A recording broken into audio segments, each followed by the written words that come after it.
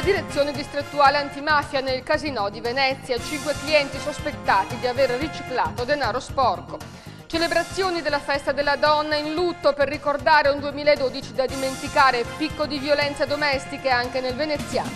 Va in scena il Carnevale degli Storti di metà Quaresima a Dolo, sabato e domenica pasticceri all'opera per sfornare croccanti storti alla panna. Benvenuti a questa edizione della TG di Televenezia. Casinò nel mirino della direzione distrettuale antimafia. È scattata stamane un'operazione contro il riciclaggio di denaro sporco da parte della criminalità organizzata in tutti i casinò veneziani e anche quelli italiani. Blitz della direzione distrettuale antimafia stamane nelle 2 sedi del casinò di Venezia. Gli uomini della DIA di Padova hanno acquisito a Cavendramine e a Canoghera dati relativi a 5 persone che frequentano assiduamente la casa da gioco veneziana e sono in odore di mafia. L'indagine si inserisce in un'operazione scattata per contrastare il riciclaggio di denaro sporco della criminalità organizzata di stampo mafioso in tutti i casinò d'Italia, tra cui anche quello di Venezia. Nel mirino degli investigatori ci sono i casinò di Campione d'Italia, Sanremo, Venezia e San Vincent. La DIA ha controllato l'elenco delle frequentazioni e delle giocate al casinò di Venezia per una possibile indagine su singoli clienti. L'amministratore delegato della casa da gioco veneziana, Vittorio Ravà, ha spiegato in una nota che il casinò ha dato la massima collaborazione e i controlli non riguardano la società ma la clientela. Al termine dei controlli è stata accertata la frequentazione di soggetti con precedenti specifici per associazione a delinquere di stampo mafioso nel casinò di Sanremo e sono state acquisite inoltre informazioni circostanziate su alcuni clienti nel casinò di San Vincent. E ancora con le notizie di cronaca nera, tentativo di spaccata nella notte in piazzale Leonardo da Vinci a Mestre ai danni degli uffici di una rivista di annunci economici. 2 stranieri, un romeno di 27 anni, Florin Cristian Morosanu, e un moldavo di 36 anni, Jure Catania, sono stati arrestati da una pattuglia della polizia dopo che un residente ha dato l'allarme mentre li ha visti rompere la vetrina del negozio. Morosanu ha diversi precedenti penali specifici. E ancora un'altra notizia di cronaca, i carabinieri sono riusciti a cogliere in flagranza un borseggiatore romeno di 32 anni all'opera nell'autobus Milano-Venezia all'altezza di via Piave. L'uomo aveva preso di mira un signore di mezza età e gli ha sottratto il portafogli. La mossa non è sfuggita ad alcuni passeggeri che hanno chiamato l'arma dei carabinieri. Sono intervenuti bloccandolo e restituendo il portafoglio contenente 450 euro. Sono al vaglio altri episodi che potrebbero essere ricondotti al romeno proprio lungo quella tratta. E cambiamo argomento, oggi è stata la giornata della donna, ma le celebrazioni sono state offuscate dall'impennata di violenze domestiche che sono state registrate in tutta Italia e che hanno avuto per vittime soprattutto le donne, anche purtroppo nel veneziano. È l'8 marzo del dolore e della violenza. Il telefono donna della CGIL ha raccolto nel corso del 2012 107 segnalazioni di maltrattamenti psicologici e fisici subiti da donne in famiglia. Quasi uno ogni 3 giorni. Una violenza che ha subito un'escalation a causa delle tensioni provocate dalla crisi. Il disagio economico ha fatto esplodere all'improvviso tensioni sopite o che comunque avrebbero potuto essere gestite con maggiore equilibrio. E questo in sintesi quanto hanno raccolto le operatrici del sindacato in un anno di assistenza. Un triste primato c'è la Chioggia, che da sola ha al suo attivo una decina di casi di violenze gravi. Una signora che vive separata in casa con il marito subisce violenze fisiche da lui e dal figlio. Quando arrivano ad alzare la cornetta per chiedere aiuto vuol dire che non sanno più cosa fare, raccontano le operatrici, e dietro di loro ci sono decine di casi che non emergono, nascosti tra le mura domestiche, forse nella convinzione o nell'illusione che un giorno l'inferno finirà. L'anno nero per le donne nel veneziano non è stato festeggiato con la distribuzione delle mimose nella CGIL di Venezia. Non c'è nulla da festeggiare. Oggi è stata anche la giornata delle lavoratrici della Coop che hanno ricordato alla Littizzetto che oggi è l'8 marzo anche per loro. Nei mesi scorsi le lavoratrici della Coop avevano segnalato appunto alla comica, alla Luciana Littizzetto, che fa anche lo spot della Coop, avevano appunto denunciato dei disagi molto forti che vivono all'interno della catena di supermercati e parliamo naturalmente di una denuncia della CGIL, e la Littizzetto non ha mai risposto a una loro lettera e oggi hanno voluto ricordare di nuovo a Luciana Littizzetto la loro situazione, dicendole: caro Luciana, oggi è l'8 marzo ma ancora non ci ascolti. E ora parliamo delle donne invece impiegate negli uffici pubblici, che affollano gli uffici pubblici. Sono molte, ma poche raggiungono ruoli dirigenziali, e così anche nel Comune di Venezia. Ne ha parlato oggi l'assessore alla cittadinanza femminile Tiziana Agostini. Nonostante il personale del Comune di Venezia sia costituito prevalentemente da donne, le alte cariche rimangono prerogativa maschile. Infatti 2 su 3 dipendenti sono donne e tra i dirigenti 1 su 4, ben il 25% di dirigenza femminile, ma nonostante le alte qualifiche, a livelli direzionali solo un manager su 10 è donna. L'assessore alle attività culturali Tiziana Agostini questa mattina ne ha parlato a margine dell'incontro che si è tenuto in Confindustria dedicato alla presenza femminile nel mondo del lavoro e alle quote rosa. Innanzitutto le donne sono da sempre la grande struttura, il grande corpo delle pubbliche amministrazioni, sia negli enti locali sia nel mondo della scuola. E da sempre però c'è il problema di vedere poi la progressione di carriera, perché possiamo dire che mediamente le donne entrano nel mondo del lavoro con delle qualifiche più alte degli uomini, però quelle qualifiche rimangono tali per tutta la vita, quindi il problema vero è quello della progressione. Per quanto riguarda il Comune di Venezia, 2 dipendenti su 3 sono donne. Per quanto riguarda poi le carriere apicali, noi abbiamo un 25% per fortuna di dirigenza femminile, e direzione abbiamo 1 su 10, che vuol dire il top manager. Quindi non partiamo male, c'è ancora molto da fare ovviamente. Per fortuna c'è una nuova legge che è la Golfo Mosca, che obbliga sia le aziende private che le aziende cosiddette municipalizzate di inserire donne nei consigli di amministrazione. Il bello di questa legge, nel senso di efficacia, è che prevede delle sanzioni molto pesanti che vanno da quelle pecuniarie anche allo scioglimento dei consigli stessi. I dati nel veneziano sono in linea con quelli nazionali, cioè rimangono bassi. Abbiamo però una presenza forte di imprenditrici, nel senso di titolari di aziende. Per esempio è interessante anche il settore agricolo, perché una imprenditrice su 3 è donna. Ha preso parte all'evento anche la stilista e imprenditrice Agata Ruiz della Prada, madrina di Dove, Donne a Venezia, la 4 giorni pensata dal Comune con un ricco programma di incontri ed eventi dedicati alla storia e al mondo femminile. La stilista madrilena ha raccontato la sua visione sul mondo della moda e le difficoltà incontrate durante la carriera. In generale il mondo della moda è stato un mondo molto masculino. In generale il mondo della moda è stato un mondo molto maschilista, eccetto grandissime e bellissime eccezioni, come Coco Chanel, Elascia Parelli, Mary Quant. Però in generale è solo da veramente poco tempo che sta diventando un mondo femminile. Che sta diventando un mondo più femminile. L'esperienza personale è che a me me gustan las difficoltà. La mia esperienza personale, che ho io, è che mi piacciono le difficoltà. Io penso che la vita sia un gioco dove si incontrano difficoltà e ogni giorno bisogna vincere queste difficoltà. A discutere sul tema, ascoltate da un folto pubblico di donne, Rosalba Casiraghi, fondatrice di NED Community, Paola Mainardi, consigliere delegato di Sive Formazione, l'ente promotore dell'incontro di oggi, e Agnese Lunardelli, presidente della sezione Legno di Confindustria. Una visione a 360 gradi del mondo lavorativo visto e vissuto dalle donne, con una riflessione sulle difficoltà rilevate dalle imprenditrici veneziane.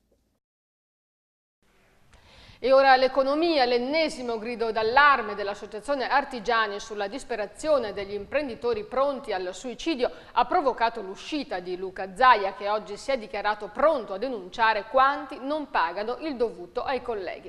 So che dà fastidio, ha aggiunto il governatore, ma io li denuncio. Zaia ha stigmatizzato il malcostume diffuso tra gli imprenditori di non pagare i propri debiti, anche se in possesso delle risorse per farlo. Fenomeno però che, aggiungiamo noi, che aggiunto ai debiti che lo Stato non paga, sta mettendo in ginocchio soprattutto le piccole imprese. Secondo i dati della CGIA di Mestre, infatti, l'export è in crescita e molti distretti produttivi hanno superato brillantemente la crisi, proprio quelli del Veneto, come il calzaturiero, come il settore orafo e anche il settore dell'occhialeria. Ma a soffrire sono soprattutto le piccole aziende che vivono dei consumi delle famiglie italiane che da tempo hanno ridotto drasticamente gli acquisti.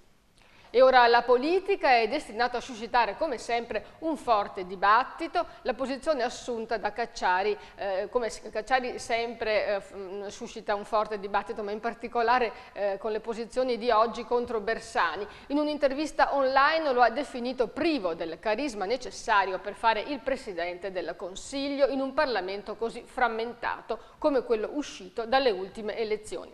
Il filosofo veneziano ha poi aggiunto che il movimento di Grillo ha fermato la formazione di un partito eversivo di estrema destra, non è pericoloso allo stesso modo e quindi è utile. Grillo ha inoltre raccolto oggi nel Veneto un altro benestare per la sua salita al governo. Luca Zaia ha detto che dovrebbe fare il Presidente del Consiglio. E ora andiamo a Mestre, dove l'Auchan punta a raddoppiare i propri spazi commerciali, creando preoccupazione per l'impatto ambientale e viario. Il centro commerciale Auchan punta al raddoppio dei negozi e il Comune di Venezia teme rischi per la viabilità dell'area.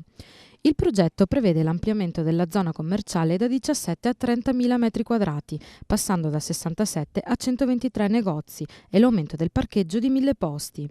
Il Comune ha in progetto la costruzione di 2 nuove strade d'accesso ai posteggi e la costruzione di un nuovo parcheggio. Nonostante questo progetto, l'assessore dell'ambiente Gianfranco Bettin ha espresso le sue preoccupazioni dopo la riunione della Commissione Consiliare Ambientale che si è tenuta ieri a Cafarsetti. La Commissione ha chiesto un aggiornamento sia sugli studi del traffico che sugli incrementi del rumore e dello smog dovuti anche all'apertura di nuove strutture nell'area del Terraglio. Osservazioni che verranno votate prima in Consiglio Comunale e successivamente in Provincia. L'ampliamento dell'area commerciale rischia di creare ingorghi anche per l'ospedale dell'Angelo, che sorge esattamente alle spalle dell'Auchan. A dire il vero, il nuovo parcheggio potrebbe servire agli utenti del nosocomio dell'Angelo, ma tutto dipende dalla mole di traffico che la nuova cittadella commerciale potrebbe attrarre. Resta da vedere se il raddoppio del centro avrà ripercussioni sul giro d'affari della Coop, che è aperto a poca distanza, e sul supermercato Lando di via Caravaggio, che dovrebbe nascere a breve. E sarà una settimana difficile per i pendolari che usano il casello autostradale di Vetrego. Sono previste manifestazioni proprio durante la fascia di punta nel pomeriggio per protesta contro l'aumento dei pedaggi autostradali. Automobilisti, siete avvisati. Per tutta la settimana, fino a venerdì, il casello autostradale di Vetrego sarà off limits dalle 17:30 alle 18:30. Picchetti, striscioni e manifestanti appostati sulla rotonda di Vetrego Est impediranno il normale defluire del traffico, trasformando i tornelli del casello in un intasamento di auto proprio nell'ora di punta in cui moltissimi pendolari sono di ritorno verso casa. È la nuova mossa pensata dal Comitato Rinascita Vetrego, nato solo pochi giorni fa, che continua la battaglia contro gli aumenti del pedaggio del casello autostradale della A4. La richiesta è sempre la stessa. I vetreghesi pretendono che la tariffa del pedaggio rimanga stabile per i pendolari a 80 centesimi nella tratta Milano-Padova Est, a partire da maggio, e non accettano nemmeno l'aumento contenuto di €1,50 proposto loro dalla società autostradale CAV. La soluzione, pensata invece dalla CAV, è di applicare la tariffa maggiorata, che raggiunge i €2,70, solo ai non pendolari e di applicare la tariffa di €1,50 a chi dimostri di usare l'autostrada almeno 10 volte al mese, andata e ritorno. Soluzione questa che potrebbe essere applicata da giugno. La protesta, che si preannuncia dura, sarà organizzata da una cinquantina di manifestanti e si prospettano disagi per i molti pendolari che devono raggiungere Dolo, Mira e Mirano nelle ore di punta. In programma c'è anche l'invio di un'istanza al Presidente della Repubblica. E ora una piccola pausa pubblicitaria, rimanete con noi.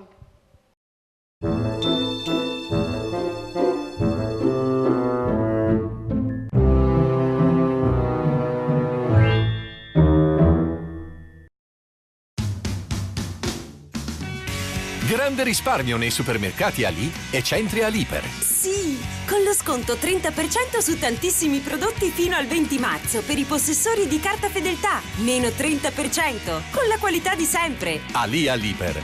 Migliora la vita, anche per il 2013. Franco Oro Più.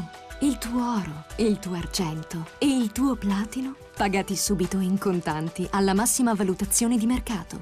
Franco Oro Più lo trovi a Mestre, Marghera, Venezia, Jesolo e Caorle, a Trieste, a Belluno e a Schio. Entra nella filiale a te più vicina.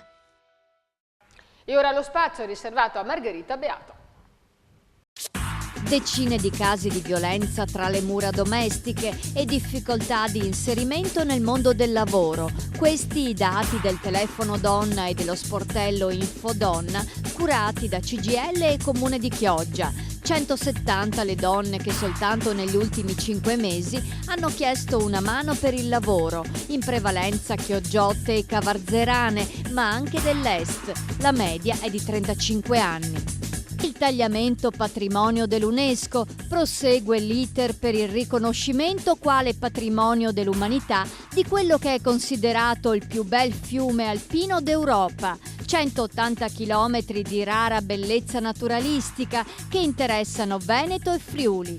1000 posti di lavoro persi in soli 2 mesi nella Marca trevigiana. Lo dicono i dati diffusi dalla CGIL che evidenziano come a farne le spese per la prima volta sia anche la grande industria. Nel 2013 è aumentata del 26% la cassa integrazione ordinaria.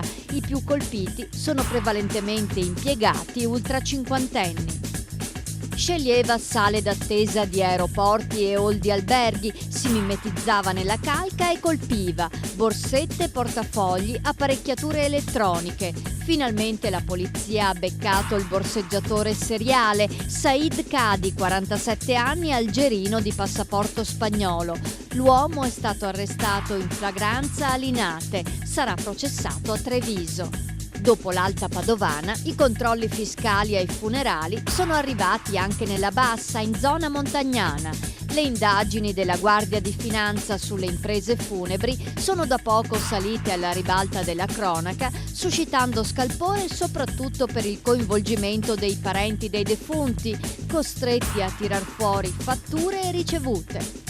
L'Università di Padova lancia i test di accesso online per archeologia, DAMS, turismo culturale, beni artistici e musicali e storia. Il test d'ingresso per il numero chiuso si potrà dare da casa senza pagare il contributo di preimmatricolazione. Il progetto sarà attivato a breve e per il momento riguarderà circa 800 studenti. E come da tradizione nel bel mezzo della Quaresima arriva il Carneval dei Storti di Dolo, appuntamento che segna l'avvio della stagione turistica in Riviera del Brenta.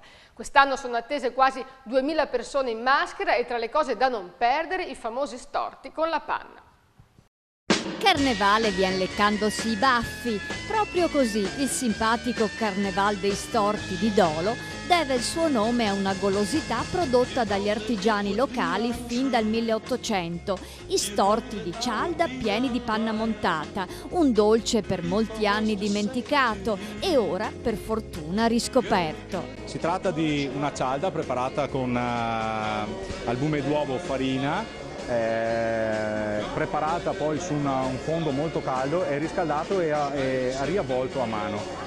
Veniva servito anticamente appunto con della panna montata e noi lo riproponiamo in questa foggia aggiungendo ovviamente della cioccolata calda a parte. Col pretesto di assaggiare gli storti e darsi al divertimento anche in piena Quaresima, questo fine settimana impone di fare un giretto a Dolo per la 34esima edizione del Carneval dei Storti. Il quartier generale della festa sarà al Foro Boario, mentre lo Squero ospiterà le mascherine e il trucca bimbi.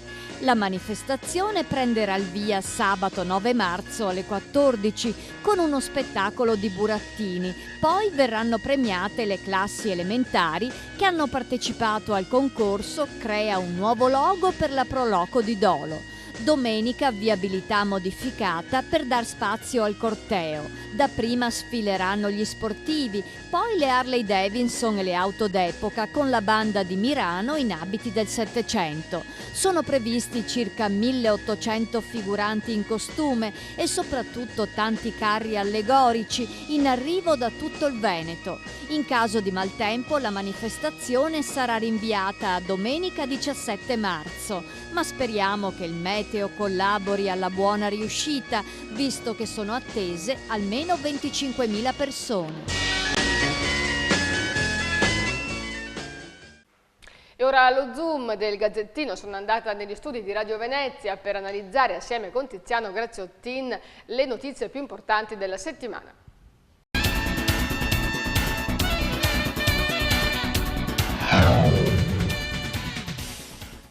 Siamo negli studi di Radio Venezia, accanto a me c'è Tiziano Graziottin. Allora, le notizie della settimana.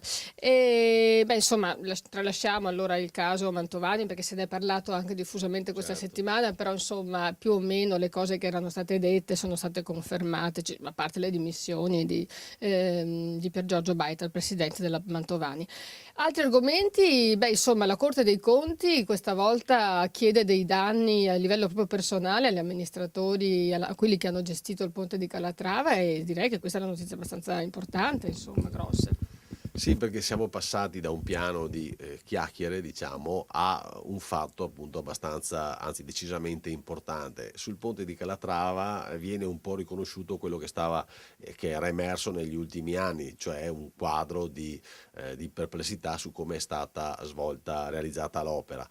Quel che ha sorpreso, conoscendo anche la prudenza poi di un organo contabile e attento come la Corte dei Conti, sono le parole dure che sono state usate in questo frangente. Un quadro approssimazione, incapacità, cioè proprio delle parole insomma che hanno un po' marchiato, diciamo, gli esecutori dell'opera e in parte anche l'amministrazione, che in qualche maniera ha sorretto ovviamente questo intervento. Come dicevi, c'è anche in atto già un'azione di recupero proprio nei riguardi di Santiago Calatrava e di alcuni tecnici che in qualche maniera seguirono l'opera per conto dell'amministrazione, e quindi è una vicenda che sta facendo molto parlare. Poi potremmo dire anche qualcosa sull'Eurovia, no? Altro, addirittura ora dice il sindaco tiriamola via perché non ha senso, insomma, e anche là però sono ok, macinati 2 milioni esatto, e quindi insomma la gente in questo momento di crisi è giustamente molto arrabbiata.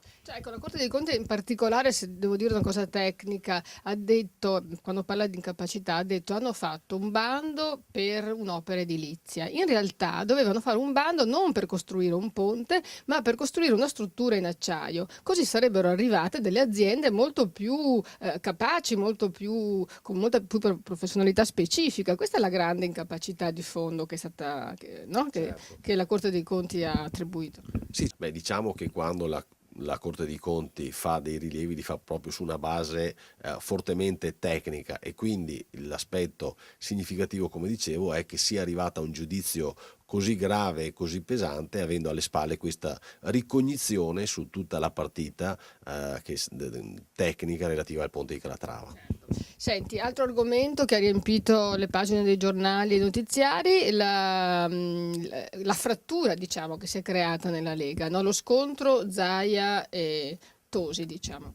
Sì, perché sono in arrivo queste lettere di richiamo anche ovviamente ai vertici veneziani del partito. Sicuramente sono presi di mira con queste lettere Forcolin, il deputato Forcolin, l'ex deputato Forcolin, anzi è ora sindaco di Musile, Corrado Callegari, il consigliere regionale Furlaneto. Si parla anche della stessa presidente della provincia Zaccariotto. È chiaro che è un atto molto forte, un richiamo ufficiale in sostanza per non aver parlato nelle sedi deputate di queste difficoltà della Lega, ma essere andati sui giornali. È chiaro che c'è molta tensione, ora non resta che aspettare l'arrivo materiale di queste lettere a tutti gli interessati e soprattutto capire cosa c'è scritto.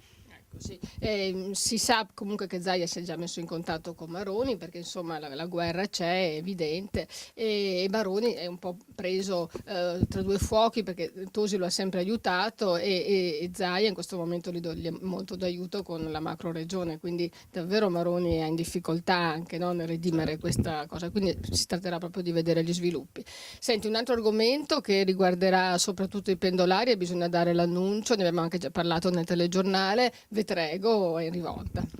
Sì, stiamo parlando del famoso casello in cui dicevamo i furbetti del casello, anche se poi giustamente tanta gente si è arrabbiata perché diceva noi usciamo, c'è questa opportunità, con questi tempi di crisi se possiamo risparmiare anche 2 euro e noi li risparmiamo, e quindi nessuna volontà di dare addosso a queste persone. Però diciamo tutto questo movimento in uscita al casello proprio per evitare di pagare la tratta piena sulla Venezia-Padova ha determinato poi tutta una serie di movimenti per cui adesso pagheranno anche coloro insomma che escono a quel punto. C'è stata tutta una trattativa per tutelare i residenti da parte di CAV, dovrebbero pagare a questo punto 1,50 euro per ogni uscita, e però questo non è ritenuto sufficiente dagli stessi pendolari diciamo della zona, e qui si parla dei comuni essenzialmente di Dolo, Mirano, Pianiga, insomma l'area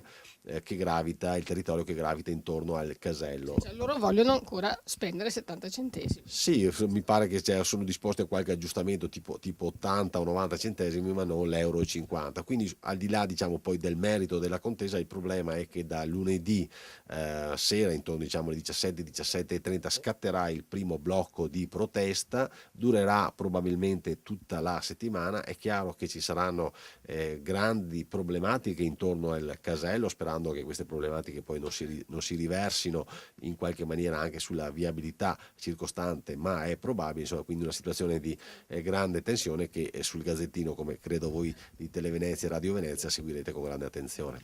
Soprattutto lo diciamo nella fascia oraria, insomma, dell'ora di punta, che insomma vedremo quali disagi ci saranno. Grazie Tiziano per essere stato con noi anche questa volta, grazie a tutti voi per averci seguito, ci rivedremo con lui e con lo Zoom del Gazzettino venerdì prossimo.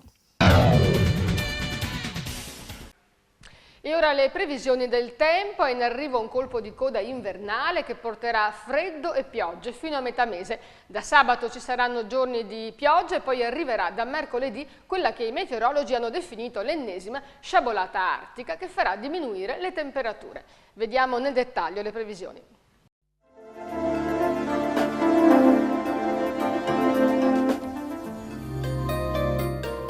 Tempo instabile con nubi e piogge alternate a rare schiarite. Sabato 9 marzo, cielo molto nuvoloso o coperto con precipitazioni sparse anche a carattere di rovescio, in aumento nel corso del pomeriggio, massime in abbassamento, minime senza variazioni, mare da poco mosso a quasi calmo. Domenica 10 marzo. Annuvolamenti alternati a schiarite, piogge sparse e intermittenti, visibilità ridotta nelle ore notturne, temperature stabili, mare quasi calmo. Lunedì 11 marzo, cielo parzialmente nuvoloso con qualche schiarita al mattino, poi aumenta la possibilità di precipitazioni, valori in discesa. Martedì 12 marzo, molto nuvoloso con visibilità ridotta nelle ore più fredde, precipitazioni sparse anche a carattere di rovescio, minime in aumento, massime in calo. La marea di sabato 9 marzo è sostenuta, la massima alle 21:50 90 cm, la minima alle 15:20 meno 5 cm.